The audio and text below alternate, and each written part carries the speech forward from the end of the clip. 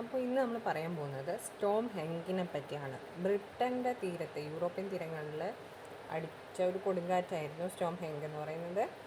ഏകദേശം ജനുവരിയുടെ ആ ഒരു സമയത്തായിരുന്നു, 2024 ജനുവരിയിൽ. അപ്പോൾ എന്താണ് സ്റ്റോം ഹെങ്ക് എന്ന് പറഞ്ഞു കഴിഞ്ഞാൽ, it was a severe weather event that brought heavy rain and strong winds to parts of England and Wales in January 2024.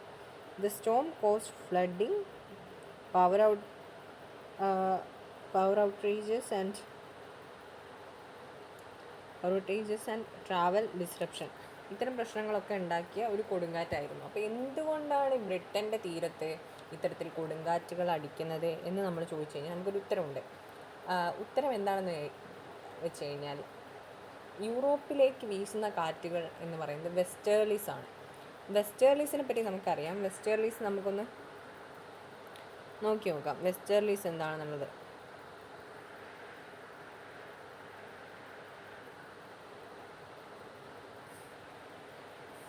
വെസ്റ്റേർലീസ് എന്ന് പറഞ്ഞു കഴിഞ്ഞിട്ടുണ്ടെങ്കിൽ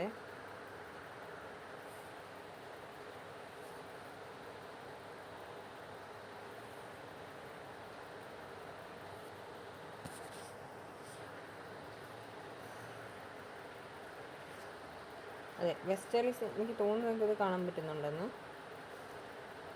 വെസ്റ്റേർലീസ് എന്ന് പറയുന്നത്, അതായത് സബ് ട്രോപ്പിക്കൽ ഹൈയിൽ നിന്നും സബ് പോളാർ ലോയിലേക്ക് വീശുന്ന കാറ്റുകളാണ് വെസ്റ്റേർലീസ് എന്നുള്ളത്.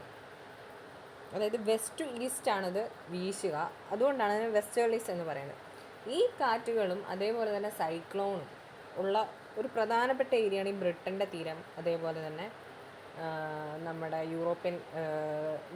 യൂറോപ്യൻ കോണ്ടിനെൻ്റ് എന്ന് പറയുന്നത്. പ്രത്യേകിച്ച് ബ്രിട്ടൻ, ഫ്രാൻസ്, ആ ഏരിയ ഒക്കെ, അയർലൻഡ്. അപ്പം ഈ ഒരു ഭാഗത്ത് ഇത്തരം കാറ്റുകൾ അടിക്കാനുള്ള സാധ്യത എന്ന് പറയുന്നത് വളരെ വലുതാണ്. അപ്പോൾ അതാണ് നമ്മൾ പറഞ്ഞുകൊണ്ടിരുന്നത്. സ്റ്റോം ഹെങ്ക് എന്ന് പറയുന്ന അത്തരത്തിൽ വീശിയൊരു കാറ്റായിരുന്നു. അപ്പം ഇതിനെപ്പറ്റി പറയുമ്പോൾ നമ്മൾ ബ്രിട്ടീഷ് ടൈപ്പ് ക്ലൈമറ്റിനെ പറ്റി കൂടെ ഒന്ന് ആലോചിക്കണം. എന്താണ് ബ്രിട്ടീഷ് ടൈപ്പ് ക്ലൈമറ്റ്? നമുക്കറിയാം, ബ്രിട്ടൻ എന്ന് പറയുന്നത് വേൾഡ് മാപ്പ് എടുത്ത് നോക്കിക്കഴിഞ്ഞാൽ നമുക്ക് കാണാം ഒരു ടെമ്പറേറ്റ് റീജിയനാണ്. Temperate region in the sense, നമുക്കറിയാം ഒരു 30 to 60 ലാറ്റിറ്റ്യൂഡ്സിനിടയ്ക്ക് വരുന്ന ഒരു റീജിയനാണ്. അപ്പോൾ അവിടെ ഉണ്ടാകുന്നത് കൂൾ ടെമ്പറേറ്റ് വെസ്റ്റേൺ മാർജിൻസ് ആണ്.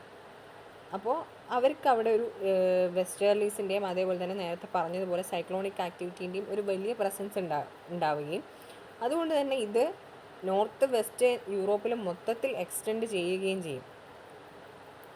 അതുകൊണ്ട് തന്നെയാണ് ഇവിടെ കൂടുതൽ സൈക്ലോൺസ് ഉണ്ടാവുന്നത്. കാരണം ഓഷ്യൻ്റെ പ്രസൻസ് ഉണ്ടല്ലോ. അപ്പോൾ ഇത് ഇങ്ങനെ യൂറോപ്പിലേക്ക് എക്സ്റ്റെൻഡ് ചെയ്യുന്ന സമയത്ത് France, Belgium, Netherlands, Denmark, Norway, Liberia പോലുള്ള സ്ഥലങ്ങൾ, അതായത് 40 to 65, 30 to 65 റീജിയൻസിലൊക്കെ ഒരു കാലാവസ്ഥാ മാറ്റങ്ങൾക്ക് കാരണമാവും. ഈ നമ്മൾ സ്റ്റോം ഹെങ്കിനെ പറ്റി പഠിക്കുമ്പോൾ നമ്മൾ എന്ത് ചെയ്യണം?